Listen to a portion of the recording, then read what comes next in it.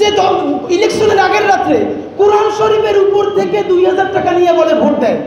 অবস্থাটা বুঝেন আপনারা ভাই, কেউ স্বীকার করবেন না, কিন্তু আমি যেই সাক্ষী, সবাই আগের রাতে টাকা দেয়। এরপরে কেমনে টাকাটা নিবে? টাকা তো নিবে 5 জন, আর কিন্তু ভোট দিবে কারে? সেইটার পরীক্ষা হলো আগের রাতে বাসায় যায়, কোরআন শরীফ রাখে, কোরআন শরীফের উপরে টাকা রাখে, বলে কোরআন শরীফের উপর দিয়ে টাকা নাও। এর মানে কোরআন শরীফের উপর দিয়ে টাকা নিলে তাহলে তুমি আমার ভোট দিবা।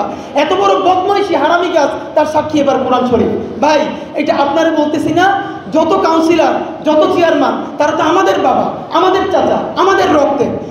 ব্যক্তিগতভাবে, জাতিগতভাবে আমাদের একটু ভালো হইতে হবে। আপনাদের প্রতি শুধু একটা অনুরোধ, আপনারা 2টা দাবি স্পেসিফিকলি করেন। একটা দাবি হলো, এই সরকার কিছু যদি না পারে, আপনারা যেহেতু নিজের যোগ্যতায় খুনিদের বিরুদ্ধে দাঁড়িয়ে নির্বাচিত হয়েছেন, আবারও যদি এখন সঠিক নির্বাচন হয়, আপনারা জিতে আসবেন না?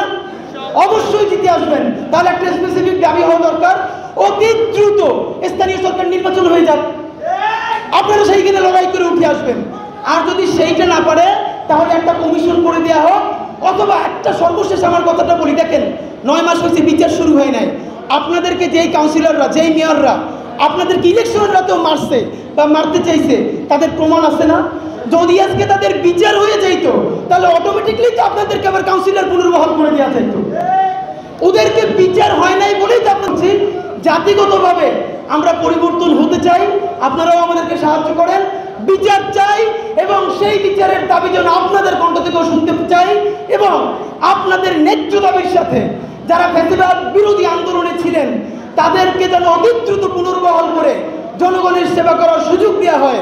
আমরা ইনকিলাব মঞ্চের পক্ষ থেকে সেই সাথে সহমত পোষণ করছি।